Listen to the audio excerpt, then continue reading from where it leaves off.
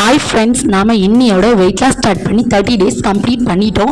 So நாளைக்கு நான் எவ்வளோ வெயிட் இருக்கேன் அப்படின்னு உங்களுக்கு அப்டேட் பண்ணுறேன். ஸோ நம்ம வந்து வித்தவுட் ஒர்க் அவுட்டில் எவ்வளோ வெயிட் வந்து நம்ம குறைஞ்சிருக்கோம் அப்படிங்கிறத கண்டிப்பாக நான் உங்களுக்கு அப்டேட் பண்ணுறேன். ஸோ எப்பவும் போல் மார்னிங் எழும்புனதும் sabja seeds, hot water, lime இது எல்லாத்தையும் மிக்ஸ் பண்ணி குடித்தேன். அப்புறமா இன்னைக்கு மார்னிங் பிரேக்ஃபாஸ்ட்டுக்கு 2 தோசை, ஒரு முட்டை தோசை, ஒரு சாதா தோசை, அப்புறமா கொஞ்சம் சாம்பார், கொஞ்சம் இட்லி பொடி தான் நான் எடுத்துக்கிட்டேன்.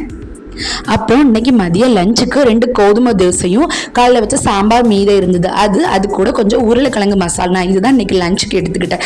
எப்போவுமே நான் கலோரி கால்குலேட் பண்ணி தான் சாப்பிடுவேன். அப்போ தான் நமக்கு பிடிச்ச ஃபுட்டை நம்ம சாப்பிட முடியும். நம்ம வெயிட் லாஸில் இருக்கிற மாதிரி இருக்காது. நீங்களே அப்படியே ட்ரை பண்ணி பாருங்க. இன்னைக்கு நைட்டு டின்னருக்கு நான் கொஞ்சம் ராகி ப்ரௌனி எடுத்துக்கிட்டேன். இது ரொம்பவே டேஸ்ட்டாக இருந்தது. ஸோ எனக்கு ப்ரௌனி சாப்பிடணும் அப்படின்னு ரொம்ப ஆசையாக இருந்தது. பட் நம்ம டயட்டில் இருக்கிறதுனால சாப்பிட முடியாது அப்படின்னு நான் ரொம்ப ஃபீல் பண்ணேன்.